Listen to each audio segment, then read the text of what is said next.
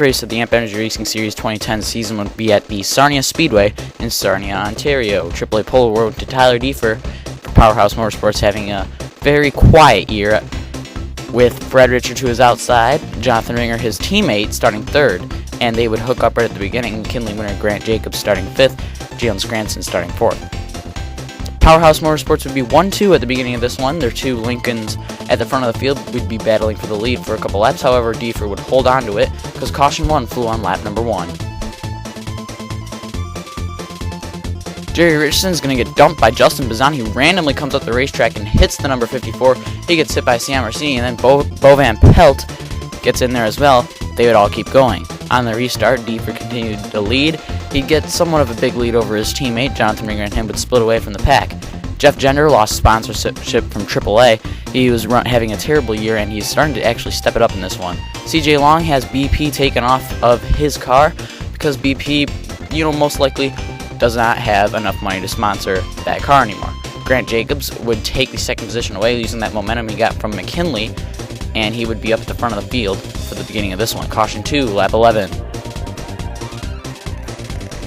Michael Carter dumps Brandon Wares. They both go hard into the wall. They both keep going, however. And, Carter's screwing up every race he makes now. Herb Cilantro, he was in the pits while that caution comes out, so he will lose the lap. Jalen Scranton led on the restart with Cesar Gonzalez Jr. making his debut in the number 49, filling in for Ahmed Awad for the rest of the year in that number 49 unsponsored Dodge for Dangerous Dog Racing. Look at the racing we had in the back of the pack, 4 and 5 wide, all over, and surprisingly they would not wreck for a few laps. And, pole sitter Tyler Defer comes into the pits after he pitted last caution, and he slams the wall. Jeff Gender would take the second position away from the 49 of Cesar Gonzalez Jr. He would not clear him on the back straightaway, but he eventually would. Chad Solorzano in the number 3 would be in the 3 for the rest of the year for Ron Mertz Racing after Jake Farr did terrible. Grant Jacobs would take the lead, and then you see our next caution beginning in the background as you see Jeff Gender get spun. Caution 3, lap 23. Jeff Gender is going to get turned by lap car Ted Hendricks in the 0-2. Not sure why that was a caution, but it would bunch up the field. Pit stops came, and Jason Miller would lead after them. He would stay out along with Wendy Fisher. Caution 4, lap 29. Christopher Kennedy is going to get dumped by the 4 of Alex Jace, who just randomly turns right into him, probably going to the pits, and then it gets hit by Sienna C. O'Brien. 2 rookies involved in that one. Jalen Scranton led on the restart. Caution 5, lap 37. Jason Miller's going to when he gets into Ross Lowry. They both go around. Tyler Defer in there as well. And they'd all keep going. On the restart, it'd be Jalen Scranton, the number 26, once again leading after pit stops once again cycled through. RJ Bansma starting second. He got in a tussle with Matt Conti in the 85 last race at McKinley. Caution 6, lap 51. Bovan Pelt coming out of the pits is going to get dumped by Chad Solorzano coming into the pits. Apparently he's pretty blind. And then Ted Hendricks would pile in there as well. Hendricks would go out of the race. Tyson Lautenschlager led on the restart. Another one of his home tracks, as AARO races in Canada a lot, so he has a lot of home tracks here. Jalen Scranton coming into the pits, and he'll spin like most others did coming into the pits under green. Caution 7, lap 60. While Jalen Scranton gets out of the pits, he's going to turn himself, get Jeff Gender involved, spin up the racetrack. Fred Richard in there as well. Mistake by Scranton, and they would all keep going.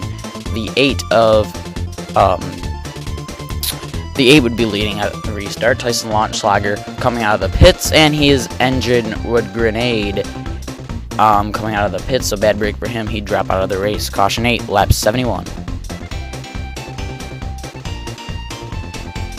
Justin Bansma is going to randomly turn down the racetrack into Justin Bazzani, and this would cause a major stack up in turn number 3.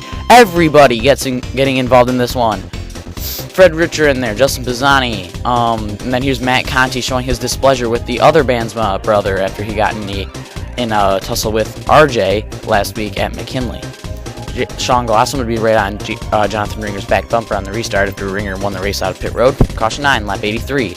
Only 7 laps from the finish.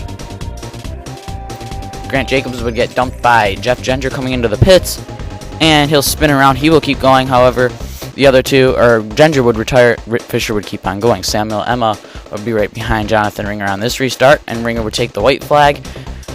But then we had our race ender, caution number 10, lap 90. Justin Bansma is going to turn Josh Mertz, so Justin Bansma causes 2 wrecks in a span of 7 laps, and then Cesar Gonzalez Jr. is going to give away his second place finish, going to the pits, and Jonathan Ringer would win the Tim Hortons 200. So Ringer would get the win, Samuel Emma finishing 2nd, Nick Cazzaro 3rd, RJ Bansma 4th, Aaron Fisher 5th, Grant Jacobs 6th, Devon Glossom 7th, Jeff Gender did not retire, my bad on that one, he finishes 8th, Josh Mertz 9th, and Justin Bansma, our reject of the race, finishes 10th.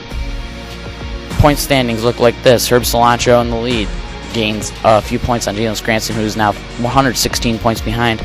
Samuel Emma 3rd, Aaron Fisher 4th, Luis Tellez 5th, Justin Mazzani 6th, Jerry Richardson moves up to 7th, Cody Lochner 8th, Justin Bansma 9th, and Grant Jacobs finishes 10th. Next week that we head to Alberta on the Alberta Auto Ring. See you then.